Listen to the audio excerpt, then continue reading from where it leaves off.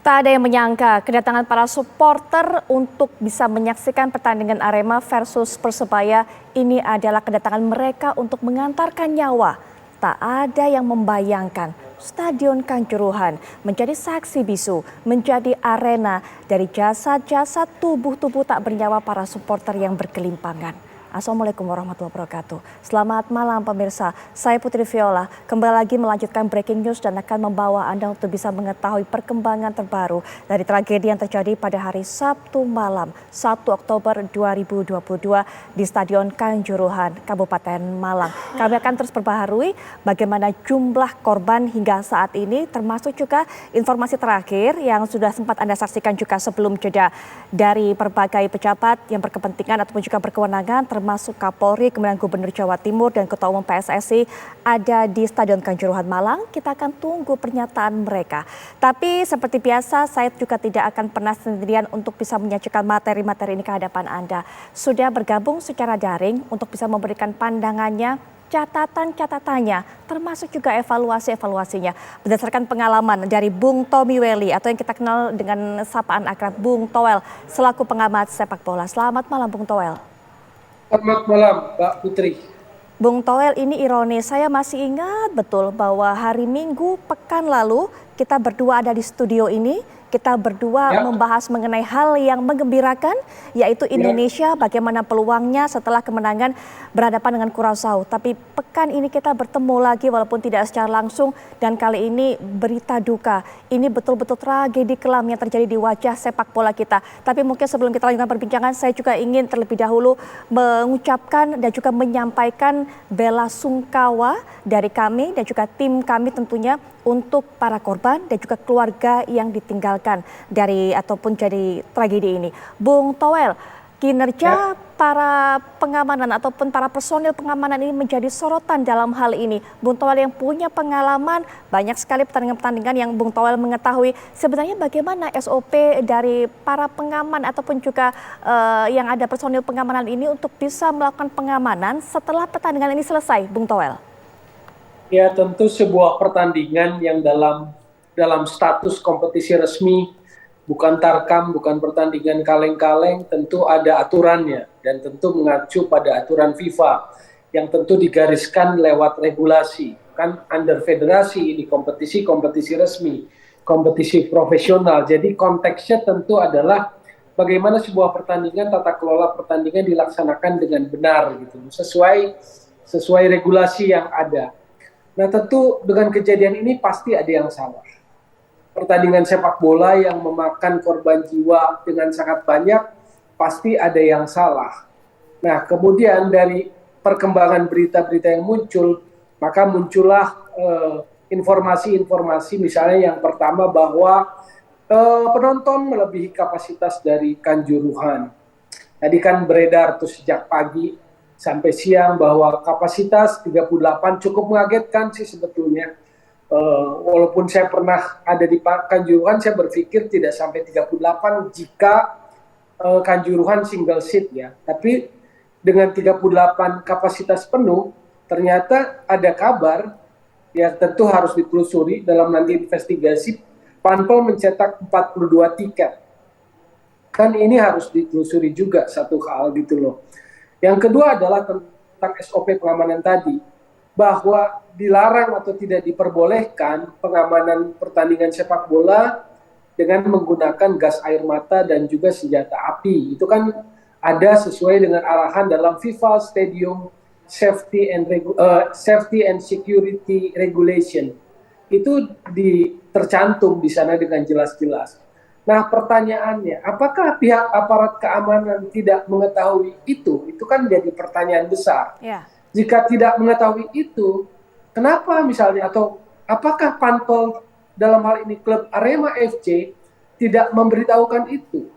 Atau lebih ditarik lebih besar lagi, lebih ke atas lagi adalah karena ini kompetisi resmi, apakah operator liga dalam hal ini Liga Indonesia Baru tidak mensosialisasikan itu juga?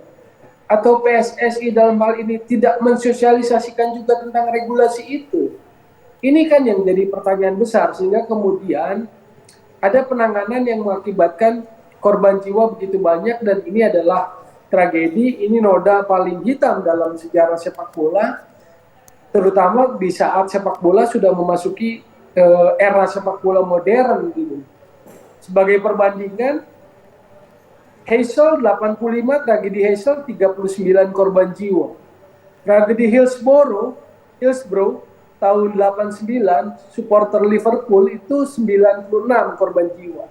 Dan saat ini data sejak pagi terus bertambah dan kurang lebih sudah mencapai 180-an. Jelas bukan angka yang patut dibanggakan atau statistik yang dalam konteks positif, tapi ini sesuatu yang sangat memilukan gitu loh. Dan ini terjadi di sepak bola kita, dan sampai saat ini juga kita lihat FIFA sudah di website resminya, Presiden FIFA Gianni Infantino juga sudah menyampaikan bela sungkawanya terhadap kejadian ini dan menganggap ini sesuatu yang sangat buruk bagi sepak bola gitu. Jadi ini isunya udah bukan sekedar isu nasional, tetapi juga tragedi sepak bola secara internasional.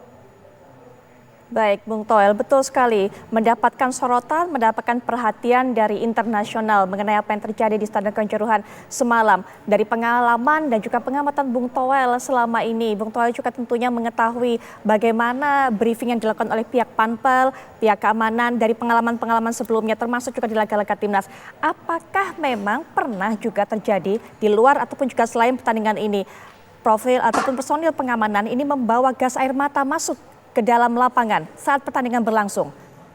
Iya, kalau bicara tentang Indonesia, tentang gas air mata kan bukan hal yang baru. Kalau kita bicara tentang supporter kan juga ada regulasinya, tidak boleh membawa flare dan juga gas asap ya, bom asap itu kan tidak diperbolehkan. Nah, termasuk juga dalam pihak pengamanan tidak diizinkan karena sudah ada regulasi turunan dari FIFA bahwa gas air mata dan juga senjata api tidak diperbolehkan. Dan ini sebetulnya kalau kita tarik mundur, itu tahun 96 pun pernah terjadi di Liga Kansas, itu waktu itu namanya ya. Dan jadi bukan hal yang baru sebetulnya, hanya tinggal apakah regulasi terkait itu mau diterapkan atau dipahami atau disosialisasikan, dideliver tidak oleh federasi, oleh operator liga, oleh klub sebagai panpel pertandingan tuan rumah, dideliver tidak ke pihak pengamanan, kan itu penting gitu loh. Kalau sampai pihak pengamanan tidak mengetahui, terjadilah yang seperti ini, karena ini jelas situasi yang salah dengan memakan korban jiwa seperti ini. Betul. Sebelumnya alarm kan di Gelora Delta Sidoarjo ya, waktu bonek juga marah terhadap hasil buruk dari kekalahan Persebaya waktu lawan Rans, itu kan sebetulnya harusnya jadi alarm ketika bonek turun ke lapangan merusak stadion, tapi untungnya kan tidak menimbulkan chaos seperti yang terjadi di Kanjuruhan gitu. Kalau kita bicara tentang alarm yang pernah terjadi, ini yang sebetulnya menurut saya adalah harus ada kepekaan dari para pelaku sepak bola gitu. Kita karena sepak bola kan bukan sekedar timnas, kadang kita larut, terbuai, terlena dengan satu sisi, tapi sebetulnya kan pembangunan sepak bola nasional itu bukan sekedar timnas, tetapi ada kawah candra di bukanya, ada pabriknya, di mana pabrik itu ada para pemain itu mengasah dirinya, dan itu namanya kompetisi. Dan ternyata kompetisi kita, kalau kita mau jujur, bahwa sangat heboh, sangat ramai di permukaan, hingar-bingar, tetapi sebetulnya dalam pelaksanaannya ternyata tragedi Kanjuruhan mempertontonkan kecerobohan, kelalaian, dan juga prosedur pelaksanaan pertandingan yang sangat fatal akibatnya gitu.